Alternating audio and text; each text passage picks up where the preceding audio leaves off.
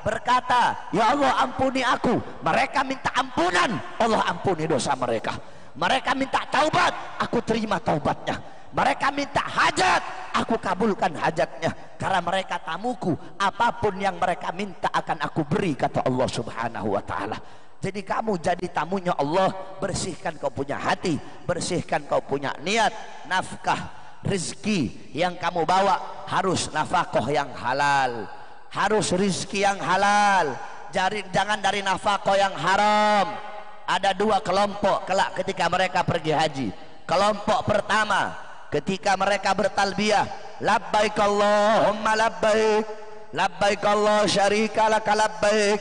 Malaikat menyeru, hajimu diterima, hajimu mabrur, panggilanmu diterima, seruanmu diterima.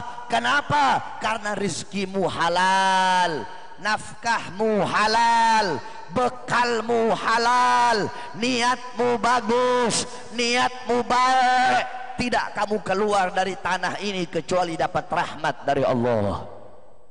Kelompok yang kedua, mereka bertalbiyah, labbaik Allahumma labbaik, labbaik Allah syarika laka labbaik. Tiba-tiba terdengar seruan, panggilanmu ditolak, seruanmu ditolak, hajimu ditolak. Kenapa? Nafkahmu haram, bekal yang kau bawa bekal haram. Kamu datang haji dari hasil mencuri, uangnya dari hasil korupsi, uangnya dari hasil mencuri, dari hasil korupsi, dari hasil merampas haknya orang, dari hasil melebihkan timbangan, dari hasil menyusahkan orang. Hajimu ditolak. Tidaklah kamu pulang kemari, tidaklah kamu pulang dari sini kecuali hanya mendapatkan kemurkaan dari Allah subhanahu wa ta'ala. Oleh karenanya saudara-saudara yang mau pergi haji, luruskan kau punya niat, pasang kau punya niat.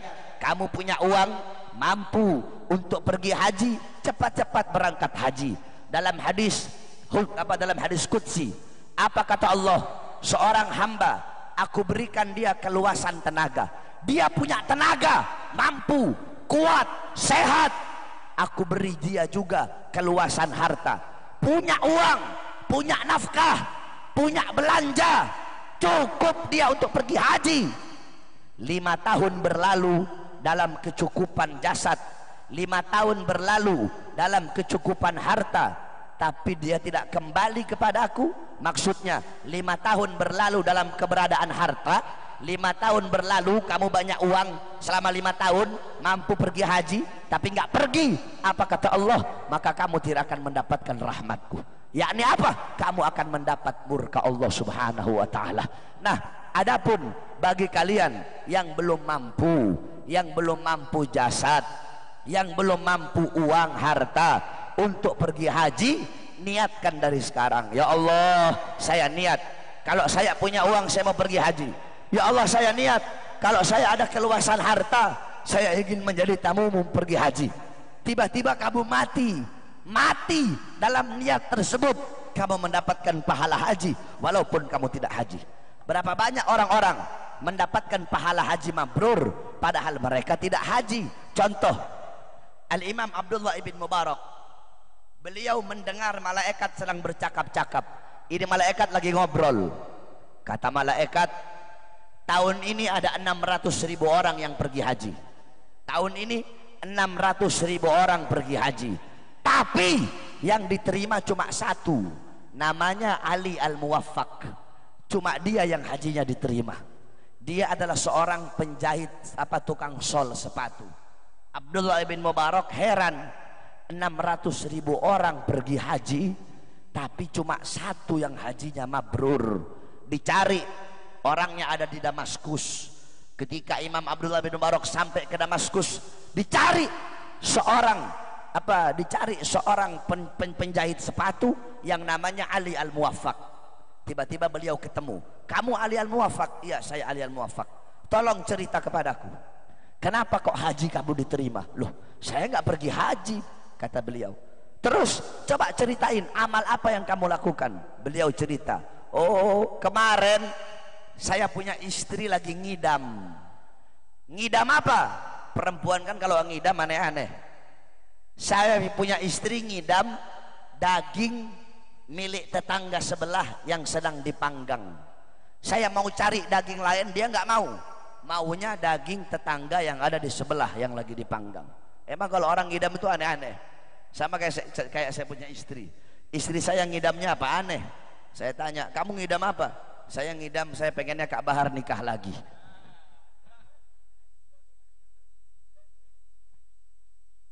Akhirnya pergi Imam Ali Al-Muwaffaq ke tetangganya. Imam Ali bilang, saya mau beli kamu punya daging. Oh maaf, daging ini nggak dijual. Tapi istri saya ngidam, tolong. Wahai Syekh, bagi kamu daging ini haram, bagi saya daging ini halal. Emang kenapa? Ini daging adalah bangkai keledai. Kamu orang mampu, bagi kamu ini daging adalah haram. Saya Yaab janda, anak-anak saya yatim, berhari-hari nggak makan, sehingga bagi saya bangkai ini halal bagi saya. Aku pun kasihan, maka aku berikan semua bekal hajiku kepada dia. Gara-gara itu hajinya diterima mabrur, niatnya sampai, dapat pahala mabrur, walaupun jasadnya tidak pergi ke sana. Oleh karena itu, kalau punya harta, punya uang, niatkan dari sekarang untuk pergi haji. Adapun bagi orang-orang yang punya uang, punya harta, tapi nggak mau pergi haji, bukan dia yang nggak mau pergi haji, tapi Ka'bah nggak mau didatengin sama orang yang congornya kayak begitu, saudara-saudara. Siapa kamu, siapa Ka'bah? Kalau ada orang punya uang tapi nggak mau pergi haji, bukan dia yang nggak mau pergi haji, bukan. Tanah Mekah nggak mau diinjek sama orang yang congornya kayak begitu. Kalau ada orang punya uang tapi nggak mau pergi haji, bukan dia nggak mau pergi haji. Hajar Aswad nggak mau dicium sama orang yang punya congoran kayak begitu. Orang-orang yang haji, orang-orang yang dipilih oleh Allah. Contoh Al-Imam Ibn Munkadir. Al-Imam Ibn Munkadir, beliau haji 33 kali. 33 kali haji, 33 kali wukuf. Ketika sedang wukuf di Arafah, wukuf yang ke-33, tiba-tiba beliau berdoa, ya Allah, wukufku yang pertama untuk menggugurkan rukun hajiku. Wukufku yang kedua, aku hadiahkan pahalanya untuk bapakku. Wukufku yang ketiga, aku hadiahkan pahalanya untuk ibuku. Sisa 30 ini aku hadiahkan untuk semua orang-orang yang wukuf di padang Arafah ini. Tiba-tiba dia tertidur. Ketika dia sedang tertidur, terdengar suara, wahai Ibn Munkadir, apakah engkau akan mendermawakan dirimu kepada Sang Maha Dermawan? Hei Ibn Munkadir, ketahuilah bahwasanya Allah telah mengampuni dosa-dosa orang yang wukuf di Arafah 60.000 tahun sebelum Allah ciptakan padang Arafah. 60.000 tahun sebelum Allah ciptakan Arafah, sudah Allah ampuni dosa-dosa orang yang wukuf di Arafah. Berarti orang-orang yang haji itu adalah orang-orang yang dipilih oleh Allah Subhanahu wa ta'ala. Kalau kamu tidak mampu tapi tetap berusaha pengen naik haji, kata Habib Abdullah Haddad, itu merupakan tanda sebagai kesempurnaan imanmu. Nggak punya uang tapi tetap berusaha pengen haji, itu tanda kesempurnaan iman. Tapi nggak punya uang, maksa pergi haji sampai anak istrinya terlantar, pergi haji tapi bikin susah orang, kata Habib Abdullah Haddad, ini justru jatuhnya haram. Jadi sama kayak orang bangun rumah tapi dengan waktu yang sama dia menghancurkan satu kota. Jadi kamu nggak cukup hartamu, niatkan dari sekarang. Agar apa? Agar Allah Subhanahu wa ta'ala jadikan kamu tamu-tamunya Allah, sehingga bisa pergi haji dan menjadi haji yang mabrur. Loh Beb, contoh haji mabrur itu seperti apa? Ada tandanya, ada alamatnya. Kamu lihat artis-artis tuh, banyak artis-artis di TV, betul? Banyak artis yang naik haji, betul? Mereka pergi haji pakai pakaian ihram, pergi haji, pakai jilbab ditutupin, pulang pakai rok mini, pulang joget dangdut, pulang goyang itik, pulang goyang ngebor, tetap gak berubah. Kenapa? karena pergi hajinya nafkahnya haram. Pergi hajinya nafkah yang dipakai dari hasil jualan aurat, jualan tetek, tahu tetek, jualan payudara, jualan aurat, jualan paha. Makanya hajinya nggak mabrur. Kenapa? Nafkah yang dipakai nafkah haram. Kamu kalau mau lihat orang hajinya diterima gampang. Sebelum haji baik, habis haji lebih baik dari sebelumnya. Sebelum haji buruk, habis haji jadi hamba yang baik. Yakni apa?